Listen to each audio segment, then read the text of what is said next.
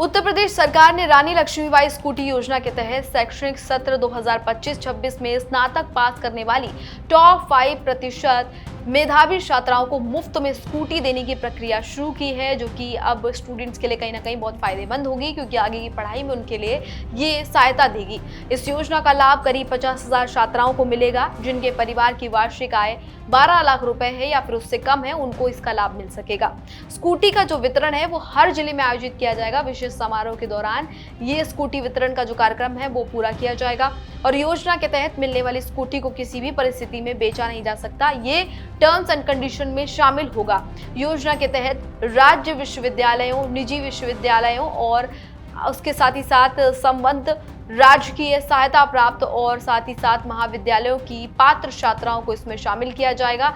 उनको ये स्कूटी मिलेगी और जिन पाठ्यक्रमों में सीजीपीए प्रणाली लागू है वहां विश्वविद्यालय में अपने नियमों के अनुसार सीजीपीए को प्रतिशत में बदलकर मेरिट सूची तैयार की जाएगी। विश्वविद्यालय की जो पात्र छात्राएं हैं उनकी सूची कुल सचिव और परीक्षा नियंत्रक के संयुक्त हस्ताक्षर के साथ प्रमाणित करके पोर्टल पर इसको 1 सप्ताह के भीतर जारी किया जाएगा और 1 सप्ताह के भीतर संबंधित जिलाधिकारी और उच्च शिक्षा निदेशक को भेजा जाएगा, जिसके बाद स्कूटी का वितरण किया जाएगा। स्कूटी वितरण की जो पूरी प्रक्रिया है उसको ऑनलाइन पोर्टल के माध्यम से लोगों तक पहुंचाया जाएगा। साथ ही साथ जिलाधिकारी सत्यापन के बाद चयनित वेंडर के जरिए स्कूटी आवंटित की जाएगी।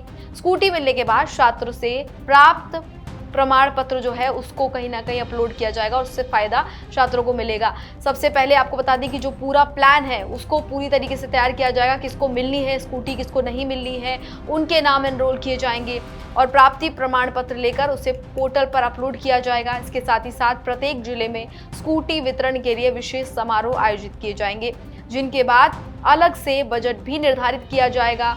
और सरकार ने योजना के तहत वेंडर के लिए प्रत्येक जिले में सर्विस सेंटर खोलना अनिवार्य किया है। ये भी बहुत ज़्यादा इंटरेस्टिंग चीज़ है कि अगर आपकी स्कूटी खराब होती है तो सर्विस सेंटर आपके आसपास ही होगा, ताकि आप आराम से जाके उसको सही करा सकें।